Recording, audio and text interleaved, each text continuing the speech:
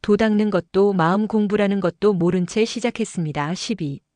대구에서 연락이 왔다. 의류 사업을 하는 동생이 위장이 약해 죽으로 연명하고 있는데 수련하면 건강을 찾을 수 있을까요? 이미 많은 이들이 고통에서 벗어나는 걸 지켜본 나로선 위장병쯤은 식은 죽 먹기였다. 선생님과 대구행 고속버스를 탔고 대구백화점 근처에서 그들을 만난 뒤 곧바로 환자의 집으로 향했다.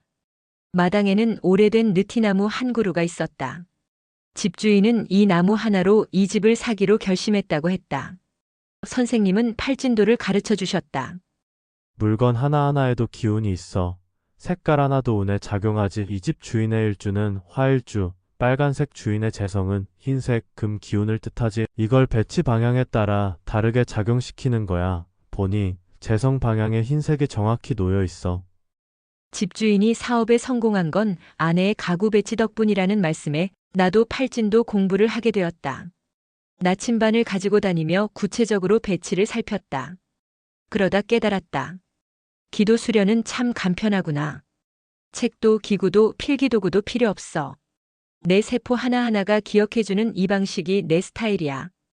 두 손만 있으면 기운을 보낼 수 있고 아픔과 고통을 읽어낼 수 있으니 얼마나 좋아. 새로운 기법을 더하기보다는 지금 하는 수련에 더욱 정진하기로 결심했다. 그날 밤 질문 공세가 이어졌고 선생님은 하나하나 답해 주셨다. 그리고 드디어 수련 시간. 위장이 안 좋던 남편은 수련을 시작하자마자 시체처럼 굳어버렸다. 발바닥에 땀방울이 줄줄 흘렀고 손과 발은 얼음처럼 차가웠다. 그 모습을 지켜보던 아내가 갑자기 외치기 시작했다. 히야이니야 이놈아. 그 말을 듣고 남편이 벌떡 일어나 아내 앞으로 달려가더니 갑자기 무릎을 꿇고 울부짖었다.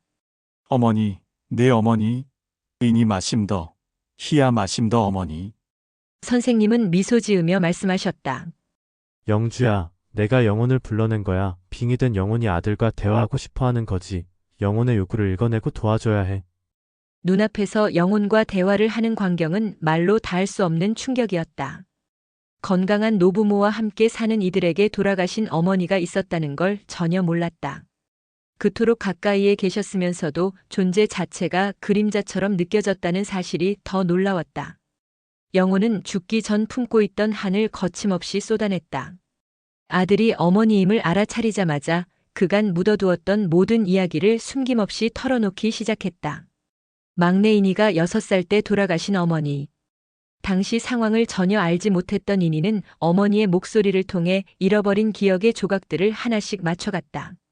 희야 널 낳고부터 몸이 좋지 않았는데 내가 4살 무렵부터 내 아버지는 다른 여자와 바람을 피웠어. 그 충격으로 내 병은 더 악화됐고 어린 너를 제대로 돌보지도 못한 채 떠나야만 했단다. 사랑하는 내 아들아, 미안해. 그리고 고마워. 이렇게 잘 자라줘서. 어머니는 한동안 원망과 미안함을 토로했다. 내 형에게는 점심에 늘 따끈한 밥을 싸주었지만 이니에게는 충분한 사랑을 전하지 못해 미안했다고 했다. 이어 어머니는 자신이 왜 이니의 아내가 된 사람에게 들어갔는지 설명했다. 내가 내 아내 꿈에 나타난 건 너희 둘을 지키기 위해서였어. 잘못된 길로 가려 할 때마다 경고했지. 지난번 내가 다른 여자를 만났을 때도 그 여자의 모습과 옷차림을 생생하게 보여주었단다. 아내의 입을 통해 전해지는 어머니의 이야기에 아들은 한마디도 놓치지 않으려 애써 흐느꼈다. 어머니, 당신 목소리를 들을 수 있다는 게 꿈 같습니다. 너무 행복합니다. 지금까지 듣지 못한 꾸중도, 걱정도, 사랑도 전부 듣고 싶습니다. 영혼과의 대화는 영화 속이나 상상에서만 가능한 일이라 여겼다. 그런데 눈앞에서 아무런 매개 없이 바로 통하는 경험이 믿기 어려울 만큼 신기했다. 아하, 선생님은 이런 분이셨구나. 내 짧은 기준으로 가늠할 수 없는 깊이를 지녔구나. 처음엔 허황된 이야기처럼 의심했다. 진실에 대한 갈망이 깊어졌다. 수련을 시작한 뒤 내 몸과 마음은 급격히 달라졌다. 변화는 나만의 것이 아니었다. 그들도 완전히 달라졌다. 가족은 선생님을 극진히 모셨고 나는 집안의 기운도 선명하게 감지됐다. 수백 년 된 느티나무가 주는 에너지까지 느꼈다. 느티나무에 반해 집을 계약했지만 그 나무가 오히려 좋지 않은 기운을 전한다는 사실도 알게 됐다.